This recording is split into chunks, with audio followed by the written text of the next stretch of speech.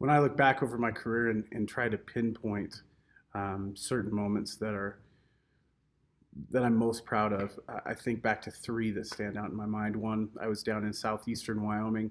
My mom had gone to school there, and my great grandparents were German immigrants to the community. The third year of teaching there, I had two students who were valedictorian and salutatorian, both National Merit Scholars. And a metropolitan regional newspaper had asked them, who was your most influential teacher during your time studying here? And both of them said me. And I was like a 25-year-old teacher, and I found out to be mind blowing. As at the time, I was probably learning as much from them as they were from me, or more. I got the opportunity to take a musical mission of sorts, and I went back to the Indian reservation where I had started my career. And they had deleted music education at the secondary level the year after I left. And this was 14 years later that I returned, and I went there specifically to start a secondary music program. Their opening was for K-5. They had no course offerings 6 through 12. And I was so excited after 2 years we were able to get enough students involved in music. We had started an instrumental program at the middle school and high school levels.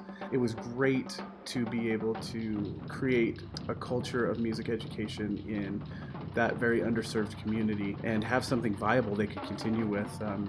Before I left, the program had changed to 2 positions rather than 1, and I'm really proud of that. Since I've been here in Worland, probably my proudest moment is when we decided to take the jazz choir to the Reno Jazz Festival, and we were able to get in touch with Amy Nolte, who's a YouTube sensation. She accompanied us at Reno. That was a phenomenal experience for my kids. The Wind River circumstance is probably the most challenging time that I've had as a teacher, to try to tell a community that they're missing something, that they need something that they've grown accustomed for so long to not having in music education at the secondary level. And I think those kids were able to see the value of, and we made that program part of what they expected as their basket of goods as a student in that school. So we started the courses, recruited the kids, asked to use my planning time.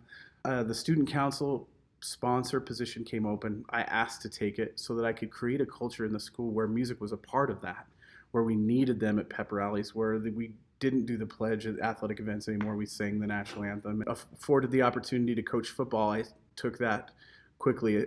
I was able to reach a whole group of students that I couldn't reach otherwise, and convince them that music education was an important part of their study as well. I think it's really important to make music a part of the community rather than apart from it. So I've strategically placed the pep band in a location where they're not ostracized physically, but they're right next to the student section, so they can work together as one organization with the cheerleaders right next to them. I've created opportunities where the students can perform the national anthem at the state athletic events, at state conferences, and represent our community outside of our county. Including Kiwanis and Rotary here in town, getting students auditioning for the all-national groups and being selected and representing our state. So I think it's important to represent Worland outside of our community as ambassadors of what we're doing educationally here.